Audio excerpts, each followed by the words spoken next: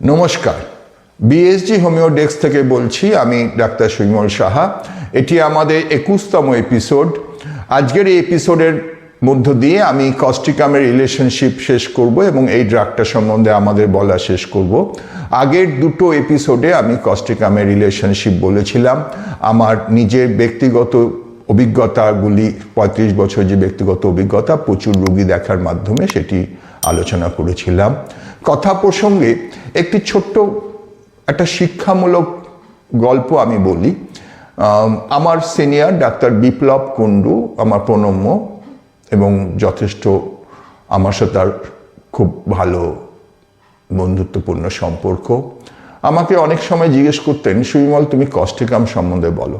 Metropolitan কলেজে আমরা একই দিনে আউটডোরে দুজনে পাশাপাশি ঘরে বসতাম এবং দুজনেই খুব ভালো সেখানে রুগী দেখতাম, অনেক রুগী দেখতাম। এবং আমিও বিপ্লবদার প্রেসক্রিপশন থেকে থুজা বা মেড্রোইনাম বা মায়াজম ধরে তার যে প্রেসক্রিপশন, সে আর্টটা শেখার চেষ্টা করতাম। এবং আমার প্রায় মনে আছে বিপ্লবদা মাঝে মাঝে আমাকে বলতেন, সুইমল তুমি কস্টিকাম সম্বন্ধে বলো। এই সম্পর্কটা লাস্ট 1 বছর আগেও একটি সেমিনারে দেখা হয়েছিল। সেখানেও বিপ্লবদা আমাকে বলেছিলেন, সুইমল তুমি কস্টিকাম সম্বন্ধে বলো। তো এই যে সম্পর্ক একজন ডাক্তারের সাথে আরেকজন ডাক্তারের, এই সম্পর্কটাই হচ্ছে আমার কাছে সবচেয়ে মূল্যবান এবং আমার নিজের ব্যক্তিগতভাবে মনে হয় একজন ডাক্তারের সাথে আরেকজন ডাক্তারের এই রকম সুসম্পর্ক থাকা উচিত, তাহলেই হোমিওপ্যাথি জগতের মঙ্গল হবে। আসুন আমরা চলে আসি সেই জায়গাটায়। আমরা কস্টিকামের রিলেশনশিপ নিয়ে বলছিলাম এবং এই রিলেশনশিপ বলতে গিয়ে আমি কস্টিকামের সাথে mental plane staphisagria, ignatia, aurum metallicum, physical plane ধরে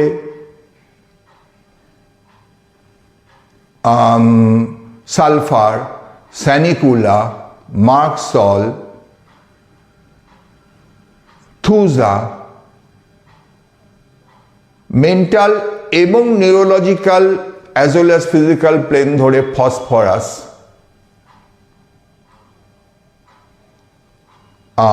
গুয়েকাম, অ্যামোনমিউর ইত্যাদি ড্রাগগুলো সব রিলেশনশিপ আমরা তৈরি করেছিলাম।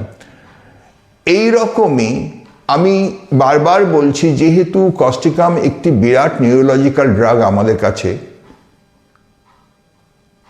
আর কয়েকটা রিলেশনশিপ আমি বলি এবং এটাতেই কস্টিকামের রিলেশনশিপ বলা শেষ হবে না, কারণ আমরা যতদিন বাঁচবো ততদিন শিখব এবং কস্টিকামের রিলেশনশিপ আমরা আরও অনেক শিখব। কস্টিকামের এই রিলেশনশিপ বলতে গিয়ে আরেকটি ড্রাগ উল্লেখ করি যার সাথে কস্টিকাম ওতপ্রোতভাবে জড়িত, সে কুপ্রামেট। কাশিতে যেমন কস্টিকাম এবং কুপ্রামেট ভীষণ ব্যবহৃত হয়, কারণ দুজনেরই জল খেলে কাশি কমে।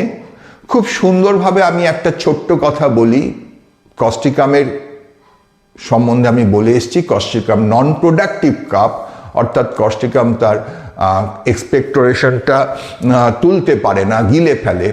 আর কুপ্রামেটে প্রোডাক্টিভ কাপ, অর্থাৎ পুত্রের কাশিটা খুব ঘরে হয়। 3 প্যারক্সিজম ছেড়ে দিন, জেনারেল 3 প্যারক্সিজম ওই লাইনটা পাওয়া যায় না, কিন্তু প্রোডাক্টিভ কাপ, কুপ্রামের কফ উঠে গলার কাছটা ঘর করে, এইটা পাওয়া যায়। কিন্তু আরেকটা যে জায়গায় আমি একটি কেস দিয়ে আপনাদের বলেছিলাম, কুপ্রামেটের পর কস্টিকাম এসেছিল এপিলেপসির বেলায়। এই নিউরোলজিক্যাল কমপ্লেনে, পার্টিকুলারলি এপিলেপসিতে, কুপ্রামেট এবং কস্টিকাম ভেরি ইম্পর্টেন্ট, কারণ দুজনেরই রাত্রি বৃদ্ধি। শুধু কস্টিকামটা আমি সেই সাথে ভাবি ঘুমে বৃদ্ধি, কস্টিকামটা আমি সেই সাথে ভাবি যখন at the stage of convulsion তার ইনভলেন্টারি ইউরিন বা মেনলি ইউরিনই হয়, ফিকাল খুব কম হয়, যখন পেচ্ছাপ অসারে হয়ে যায়, তখন আমরা কস্টিকাম খুব ভাবি, এবং কুপ্রামেটকে কস্টিকাম এখানে খুব ভালো কমপ্লিমেন্ট করে। এই কমপ্লিমেন্টারি রিলেশনশিপটা দুজনের মধ্যে খুব দরকারি রিলেশনশিপ। আরেকটি জায়গা বলি যেটা কঠিন রোগ এবং আমি এখনো পর্যন্ত একটুও ভালো করতে পারিনি, MND, মোটর নিউরন ডিজিজ। এই মোটর নিউরন ডিজিজগুলোতে টু সাম এক্সটেন্ট প্যালিয়েশন হয়, এবং ওই জায়গাটায় কস্টিকাম এবং ডিপথ্রেইনাম খুব কাছাকাছি। খাবার যতবার গিলতে যায়, খাবার খেতে গেলেই বিষম খায়, নাক দিয়ে খাবার বেরিয়ে আসে। খাবার একটু শক্ত খাবার গিলতে গেলেই বিষম খাচ্ছে, কাশি হচ্ছে, নাক দিয়ে খাবারটা বেরিয়ে আসছে। Diphtherinum is a good drug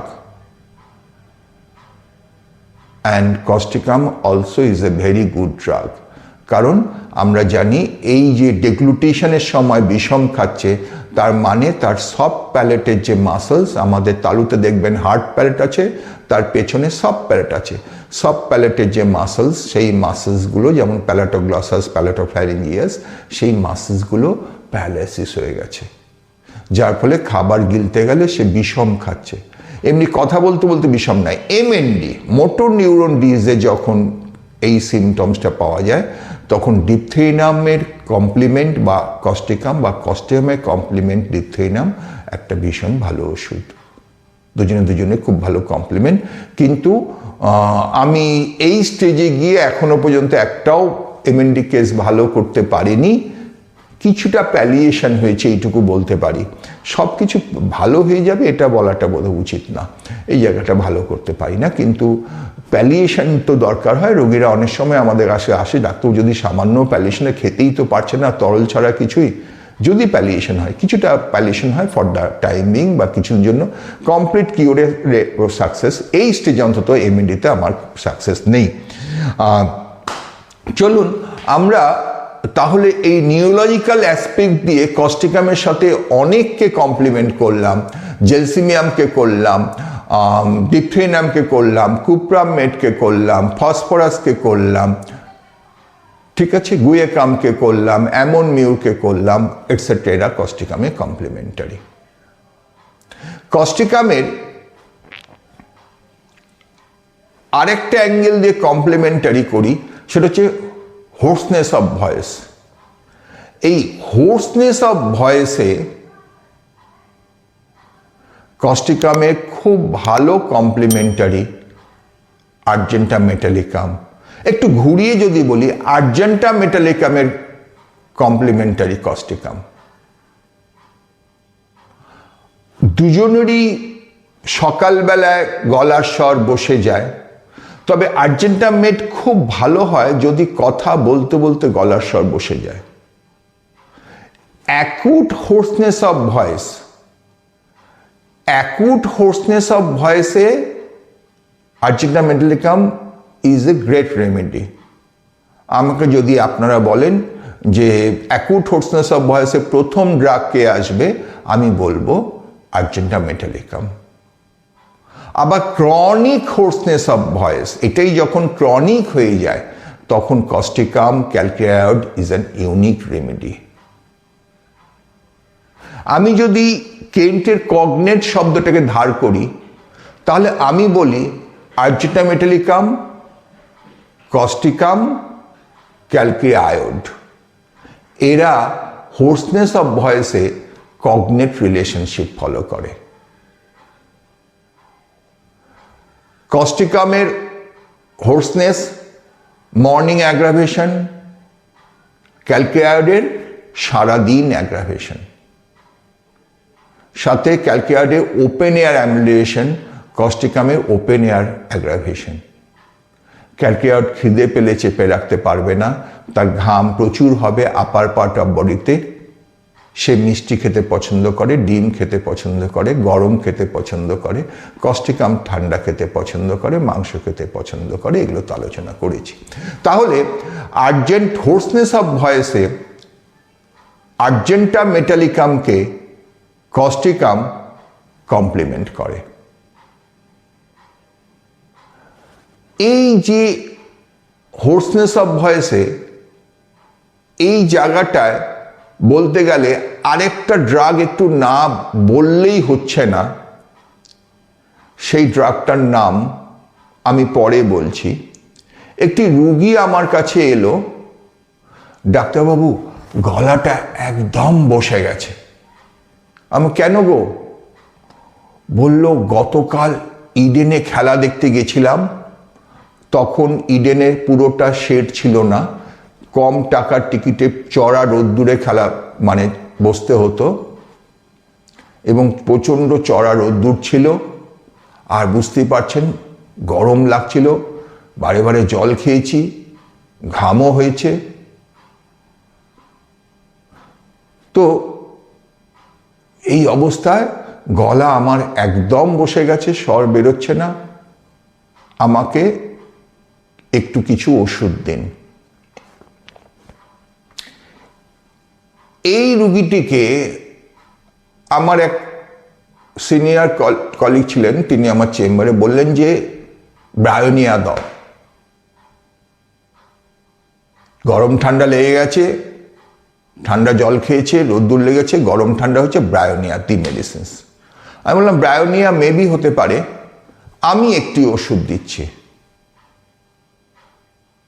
আমি যে ওষুধ দিলাম অ্যান্টিন ক্রুড।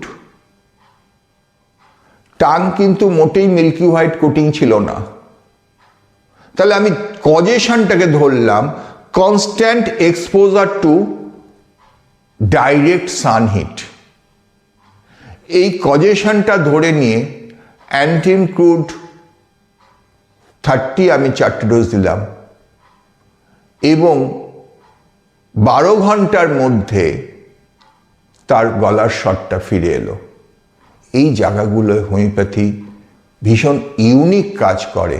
কাজেই অ্যাকুট হোর্সনেস অফ ভয়েসে যেরকম আমি আর্জেন্টা মেটালিকাম দিলাম, আর্জেন্টা মেটালিকাম ভীষণ লাগে অনেকটা প্রোগ্রাম করার পর, justly professional singers, public speakers, এদের খুব লাগে আর্জেন্টা। এরা বারবার ভোটের সময় প্রচুর তোমার এদের প্রোগ্রাম করতে হয়, স্পিচ দিতে হয়। সিঙ্গার্সদের যখন তাদের গানে প্রচুর, তাদের এই সব জায়গাগুলোয় দেখা যায় যে অনেকটা গান করার পর বা অনেকটা ভয়েস ইউজ করার পর যখন হোর্সনেস আসে, তখন প্রথমে আমরা দিই আর্জেন্টা মেটালিকাম। আবার ওখানে আমি বললাম এক্সপোজার টু সানহিট থেকে কজেশন ধরে নিয়ে আমি দিলাম অ্যান্টিন ক্রুড। ঠিক একই রকম ভাবে যখন এটাই প্রলংড হতে থাকে, তখন আমরা জানি causticum is an unique medicines. আর কস্টিকামকে কমপ্লিমেন্ট করার জন্য, কস্টিকামকে কমপ্লিমেন্ট করতে calcarea iod is an unique medicines. Chronic laryngitis, singers nodule, আমরা জানি causticum paralysis of single muscles, paralysis of muscles of larynx, calcium iode and causticum. Argentamate, causticum, calcium iode bears a typical close complementary relationship. আরেকটা ড্রাগকে না বললেই নয় কস্টিকামের complimentary রিলেশনশিপে, সে হচ্ছে graphites. আমাদের মেটেরিয়ায় দুটি ড্রাগ আমার জানা ভীষণ ভালো পোস্ট বার্ন কমপ্লিকেশনস।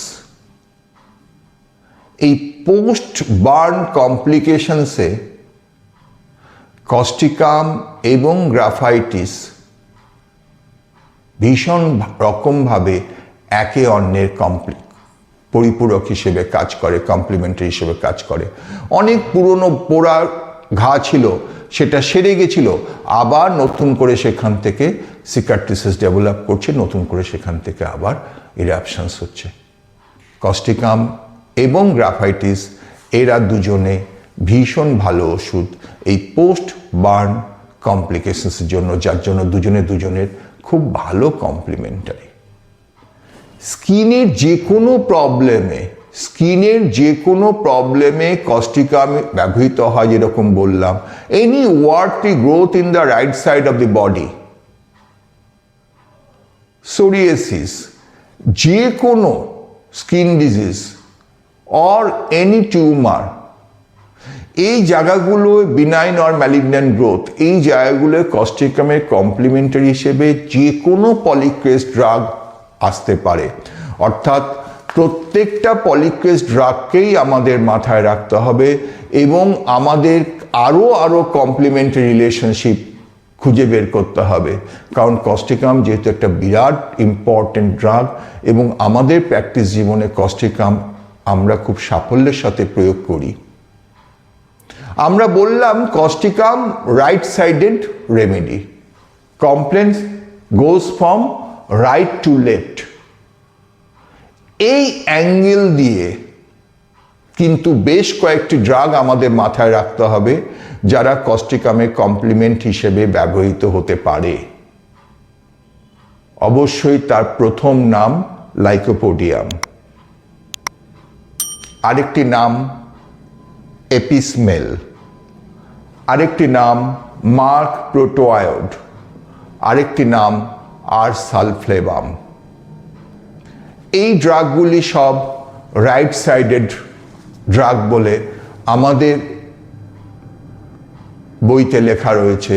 আমাদের প্র্যাকটিস জীবনেও আমরা রাইট সাইডের কমপ্লেন্টসগুলো হলে এই ড্রাগগুলিকে মাথায় রাখি এবং এরা কখনো কখনো কস্টিকামের কমপ্লিমেন্টারি হয় বা কস্টিকাম এদের কমপ্লিমেন্টারি হিসেবে কাজ করে, এগুলো দেখা গেছে।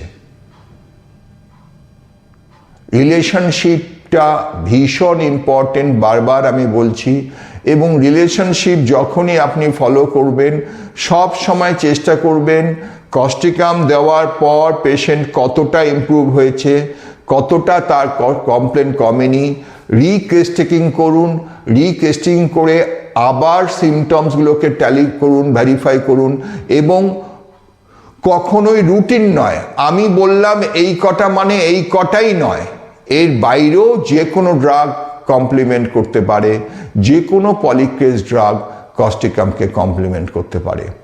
আমরা যদি খুব সুষ্ঠুভাবে রোগীর সিমটমসগুলো, রোগীর কজেশন, লোকেশন, সেন্সেশনসগুলোকে ভীষণ ভালো করে জাজ করি এবং সেইগুলোকে নোটেড ডাউন করি এবং সেই সেন্সেশনসগুলোর ওপর, কজেশনসগুলোর ওপর ড্রাগগুলোকে ভাবি, তাহলে দেখবেন খুব সুন্দরভাবে হোমিওপ্যাথিতে প্রত্যেকটা ড্রাগ আরেকটি ড্রাগকে পরিপূরক হিসেবে তারা কাজ করে। এবং ভালো প্র্যাকটিশনার হতে গেলে পরিষ্কার কথা, শুধু পুঁথিগত বিদ্যে থাকলেই হয় না, আপনার প্র্যাকটিক্যাল এক্সপিরিয়েন্সগুলোকে গ্যাদার করুন, বিভিন্ন সিনিয়রদের কাছ থেকে বা জুনিয়রদের কাছ থেকেও গ্যাদার করুন বা ফ্রেন্ডসদের, সবার কাছ থেকে শেখার আছে, গ্যাদার করুন। কারণ আমি প্রথমেই আজকে এই এপিসোডটা শুরুর সময় আমার সিনিয়র ডাক্তার বিপ্লব কুণ্ডুকে অ্যাপ্রিসিয়েট করে তার কথাকে আমি রেখে দিয়েছি। আজও তার একটা কথা আমার মাথায় আছে, আমাকে বারবার বলতেন, সুমিমল, যে সয় সে রয়। অর্থাৎ হোমিওপ্যাথি জগতে অনেক লড়াই আমরা করেছি একসাথে এবং আমাদের একনিষ্ঠভাবে আমরা দুজনে সিঙ্গেল মেডিসিন প্রয়োগ করে আউটডোরেও সাকসেস পেয়েছি, আবার ব্যক্তিগত প্র্যাকটিস জীবনেও আমরা সাকসেস পেয়েছি। কস্টিকাম সম্বন্ধে 11খানায় এপিসোড ধরে আমি আমার সমস্ত নলেজগুলো বললাম। সব তো বলা সম্ভব হয় না, আরও প্রচুর রুগী আছে যাদের সাকসেস বা ফেলিওরগুলো আমি চেষ্টা করব মাঝে মাঝে বলার, এরভাবে যেমন হিপারসাল বলছি, কস্টিকাম বলেছি, এগুলো আরও এরকম ড্রাগের ফেলিওর এবং সাকসেস দুটোই আমি আপনাদের সাথে শেয়ার করব। ভালো থাকবেন, ধন্যবাদ।